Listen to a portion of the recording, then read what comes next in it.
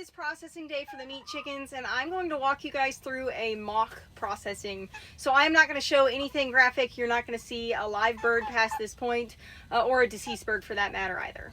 First step for processing day actually happened last night. So they were fed their last meal.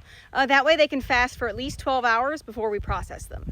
I get a live weight on each of our birds before we start processing, so there's many different ways to do this. You can set them in a bucket and use a luggage scale to weigh them that way, or you can do what I do, which is step on the scale, step off the scale, grab a bird, step back on the scale, and subtract the weights that way. We use the cone method because I feel like it's the quickest and most humane way to do this. It also prevents bruising because the bird is restrained.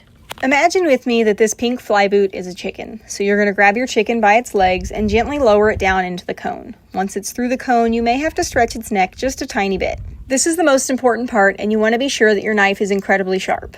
Part the feathers so the skin is exposed and make 2 deep horizontal cuts across both sides of the neck to sever the carotid arteries.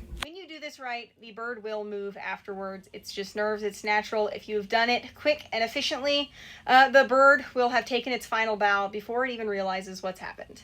We leave each chicken in the cone for a minute or two and make sure that they are fully bled out before we move on to the next part of the process. All of the additional steps will be coming in part 2.